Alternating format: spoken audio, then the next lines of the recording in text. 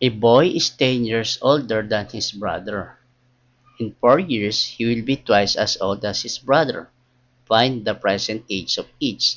So, una mong kukunin doon sa equation natin o doon sa problem natin is yung character. Sino ba yung character? Ang pinag-uusapan dito ay si boy at saka si brother para makuha mo yung variable. Pag nakuha mo na yung variable, you have to take note that yung variable na yan represents the present age. Laging yung present yung gagamitin mo para hindi ka nahihirapan mag-compute. Okay? Yung variable always represents the present age. Although pwede namang iba, pero as a beginner, dapat yung present age lang muna para hindi ka nahihirapan nga. Okay?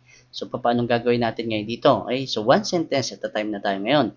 A boy is 10 years older than his brother. So, compare natin yan. Si boy daw is 10 years older than his brother. So, si brother ay mas matanda ito. So, dagdagan ko ito ng 10 taon. Okay, so we got here equation number 1. Kung nahihirapan ka pa din, you can use yung comparison symbol. Okay. Next is in 4 years, apakaraan daw ng 4 na taon, he will be twice as old as his brother.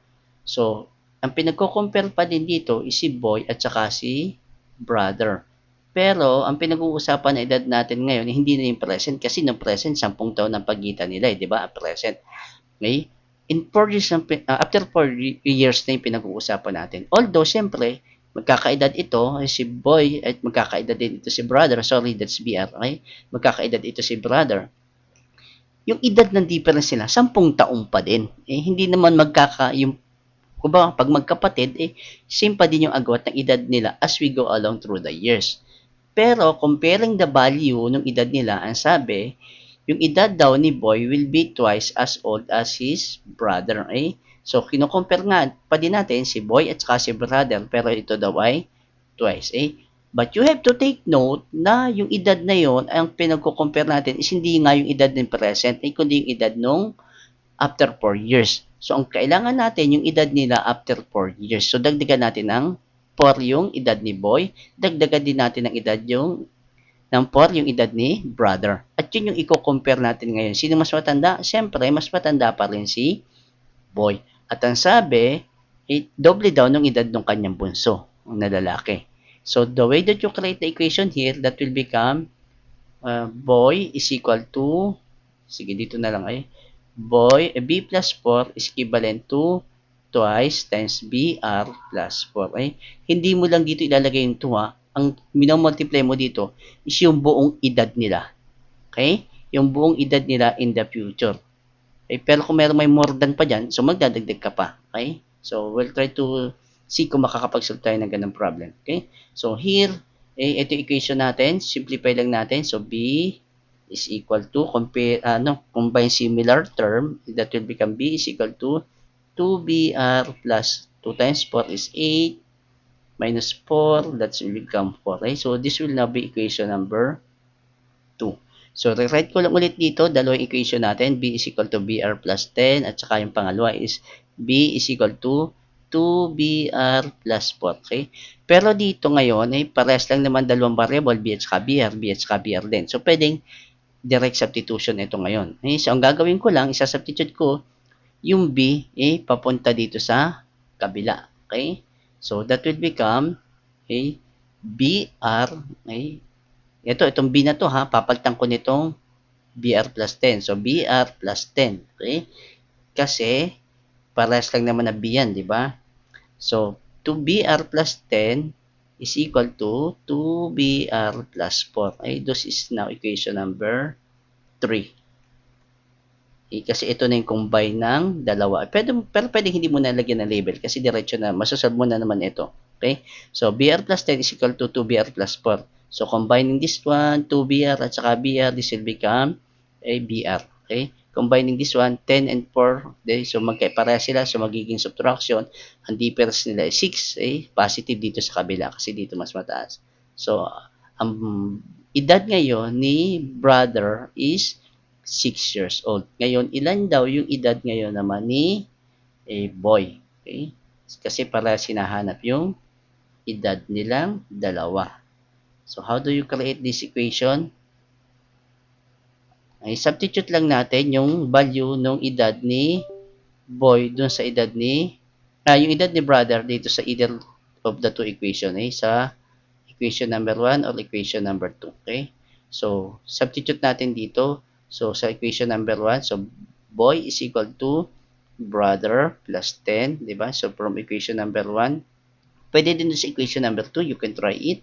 Okay, so, this will become 6 plus 10 is equivalent sa 16. So, here, si boy is 16. Okay? Si brother ay 6. I-check natin. 10 ba yung difference ng age nila? Correct, based from sentence number 1. But for sentence number 2, i-check natin. Okay, sa checking natin. So, dapat daw 4 years, di ba? So, 16 plus 4 is equivalent to 6 plus 4. Okay? Dapat daw doble. So, this is 20 and this is 6 plus 4 is 10. So, doble. So, this is correct. So, the answer is 16 years old si boy, 6 years old si brother. Okay? Solve tayo ng isa pang problem. Similar din. A father is 4 times as old as his son. In 20 years, the father will be twice as old as his son. Find the present age. Again, sino yung character? Si father at saka si son. Taking it one sentence at a time. Present is yung father, yung variable na represent natin, yung F, at saka yung son is letter S, is present age pa din yan.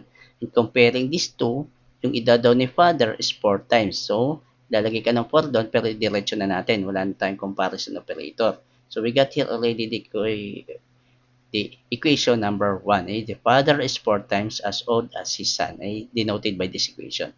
Proceed to the next equation. In 20 years, next sentence, in 20 years, the father will be twice as old as his son. So, yung edad daw ni father in 20 years, compare sa edad ni son in 20 years. So, baka makalimutan mo yung 20, ilagay mo na agad yan sa edad nila. Okay? So, yung edad nila in 20 years, si father will be father plus 20, tapos si son naman is son plus 20. Kasi tatanda sila parehas, di ba? Pero ang agwat ng edad nila ay same pa din. Now, ang sabi, comparing that ages after 20 years, twice daw. So, ibig sabihin, mas matanda si father, di ba? So, ito yung idodoblehin mo ng edad. Okay? So, para maging balance sila. So, this will now be your equation number 2. Simplify lang natin. That will become father is equivalent to 2 times the son plus 2 times 20 is 40 minus yung 20. That will become 20. 40 minus 20 is 20. Correct? So, this is equation number 2. Okay? So, ang gagawin natin ngayon, isasubstitute lang natin yung F dito sa pangalawa. Okay? Kasi parehas lang naman F at saka S. F at saka S. So, direct substitution na lang. So, ilagay mo lang yung isang variable with respect to the other variable. So, magiging F is equal to 4S. Substitute natin dito. Instead na F, isulat ko na lang is 4S yan. So, that will become 2S plus 20. Equation number 1 to equation number 2 yung ginawa natin, ha? Okay? So, I hope wala tayong problema na sa ganyan. And as well as solving this way, yung PEMDAS. So, that will become 4S minus 2S. That will become 2S is equivalent to 20. Then, the age of the son is 10 years old. Ngayon, kung 10 taon yan, si father naman is equivalent to 4 times the son. Substitute lang natin yung value ng edad ni son dito. That's equivalent to 10. So, ang edad daw ni father is 40. So, check natin yan. Okay? Una, 4 times ba yung edad ng tatay dun sa edad ng son? So, si father is 10, si anak is, si father is 40, si anak ay 10. Right? Yes, 10. So, 4 times. Tama. Okay?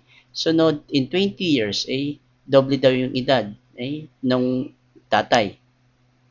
Okay, so this will become 20 years. So after 20 years, si tatay ay 40, so magiging 60. Tapos si son ay ilan? 10. So 10 after 20 years is 30. So doble ba yung 30 at saka 60? Is still correct. Nag-comply tayo o sumunod tayo o nag-agree tayo doon sa second statement. So our solution is correct, which is their ages is that the son is 10 and the father is 40. Okay? So, ganun lang yung diskarte po. Paulit-ulit mo lang gagawin and you'll become used to creating directly yung expression rather than creating pa ng mga table. Mas mabilis po ito yung ganito pag medyo gamay mo ito. Okay? So, next, we'll try to solve a different problem naman.